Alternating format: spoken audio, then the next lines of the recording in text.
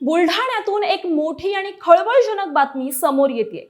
जात पडताळणी प्रकरणावरून राजकीय आणि प्रशासकीय वर्तुळात जोरदार वाद पेटलाय। माजी मंत्री तथा शिवसेना उभाटा गटाचे नेते आमदार अनिल परब आणि जात पडताळणी समितीचे प्रभारी संशोधन अधिकारी मनोज मेरत यांच्यात आता थेट सामना रंगलाय।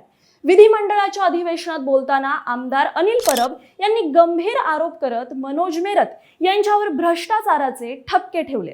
मेरत हे बोगस जात प्रमाणपत्र रॅकेटचे म्होरके असून ते तब्बल 10 वर्षांपासून बुलढाण्यात ठाण मांडून असल्याचा दावा परब यांनी केलाय। अनिल परब म्हणतात की 50 बोगस जात प्रमाणपत्र दिली गेली आणि त्याचे मुख्य सूत्रधार म्हणजेच मनोज मेरत आहेत।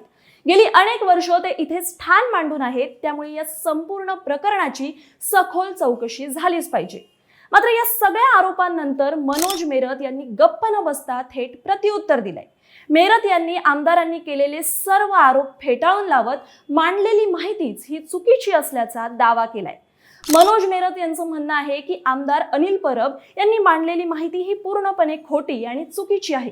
माझी 2024 मध्ये अकोल्यात बदली झाली आहे। सध्या माझ्याकडे केवळ बुलढाण्याचा प्रभारी पदभार आहे, त्यामुळे माझ्यावरील आरोप हे तथ्यहीन आहेत। एक ग्रंथ एवढं लिहिलं गेलंय, एक ग्रंथ लिहिलाय, किती पानाचा आहे? 5-6 पानांचा लिहिलेला आहे। त्याच्यामुळे नेमका प्रश्न कुठला, उत्तरं कुठली, ठीक आहे। राजेश राठोड यांनी फार एकदम अगदी त्यांचा जिव्हाळ्याचा प्रश्न आहे, पण याच्यामध्ये एका प्रश्नाचं उत्तर अजून आलेलं नाही आहे की मागच्या वेळेला हिवाळी अधिवेशनामध्ये हा चौकशी अहवाल आला की 50 बोगस जात प्रमाणपत्र दिली गेली। या समाजाचं सगळ्यात मोठं दुःख काय आहे, जे मूळ बंजारा समाजाचे लोक आहेत, या लोकांना कमी प्रमाणपत्र मिळतात आणि बोगस लोकांना जास्त मिळतात। याचा चौकशी अहवाल आला। या चौकशी अहवालामध्ये 2 तुम्ही अधिकारी निलंबित केले, परंतु याच्यातला जो मेन म्होरक्या आहे मनोज मेरट नावाचा, हा गेले 10 वर्ष फक्त बुलढाण्यामध्ये बसलेला आहे। गेले 10 वर्ष बुलढाणा, तुमच्याकडे काय बदलीचे आदेश बदलीचे काय नियम आहेत की नाहीत? बदलीच्या नियमामध्ये हा माणूस बुलढाण्याच्या बाहेर गेलेलाच नाहीये। कधी सामाजिक न्यायला, कधी जिल्हा परिषदला, जिल्हा परिषद मधला व्हॅलिडिटीला, म्हणजे बुलढाणा सोडून हा माणूस कुठे बाहेरच जात नाहीये। माझी स्पेसिफिक मागणी आहे की ह्या माणसाचा बोगस जात प्रमाणपत्र देण्यामध्ये असलेला सहभाग हा चौकशीमध्ये सिद्ध झालेला आहे, तरी त्याच्यावरती कुठलीही कारवाई झालेली नाहीये।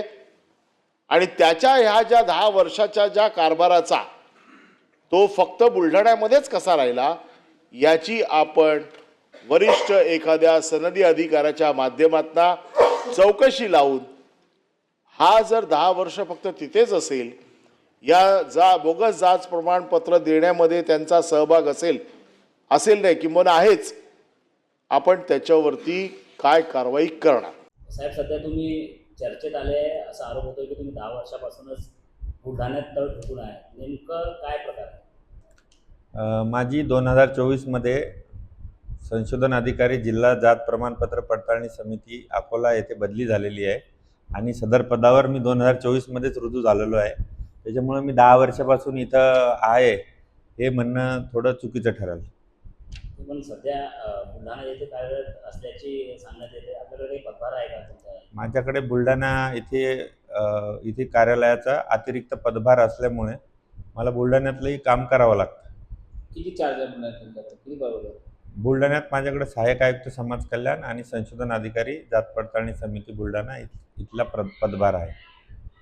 तसे पाहिले असता मनोज मेरत बुलढाण्यात 2016 ते 2020 या काळात वर्ग 2 अधिकारी म्हणून कार्यरत होते। यानंतर पदोन्नतीनंतर 2020 ते 2024 दरम्यान हे वर्ग 1 अधिकारी म्हणून येथेच कार्यरत होते। 2024 मध्ये त्यांची बदली ही अकोल्यात झाली असली तरी सध्या ते बुलढाण्याचा प्रभारी पदभार सांभाळतात। मात्र एका वरिष्ठ अधिकाऱ्याने थेट माजी मंत्र्याचे दावे खोडून काढल्यामुळे आता या प्रकरणाला अधिकच रंग चढलाय। राजकीय आणि प्रशासकीय वर्तुळात मोठी खळबळ उडाली असून आता अनिल परब मनोज मेरत यांच्या उत्तराला काय प्रत्युत्तर देतात याकडेच सर्वांचं लक्ष लागून आहे। तुम्हाला या संपूर्ण प्रकरणाबाबत, अनिल परबांच्या दाव्याबाबत काय वाटतं ही तुमची प्रतिक्रिया कमेंट बॉक्समध्ये नक्की सांगा आणि प्राईम टाइम महाराष्ट्राला सबस्क्राईब करायला विसरू नका.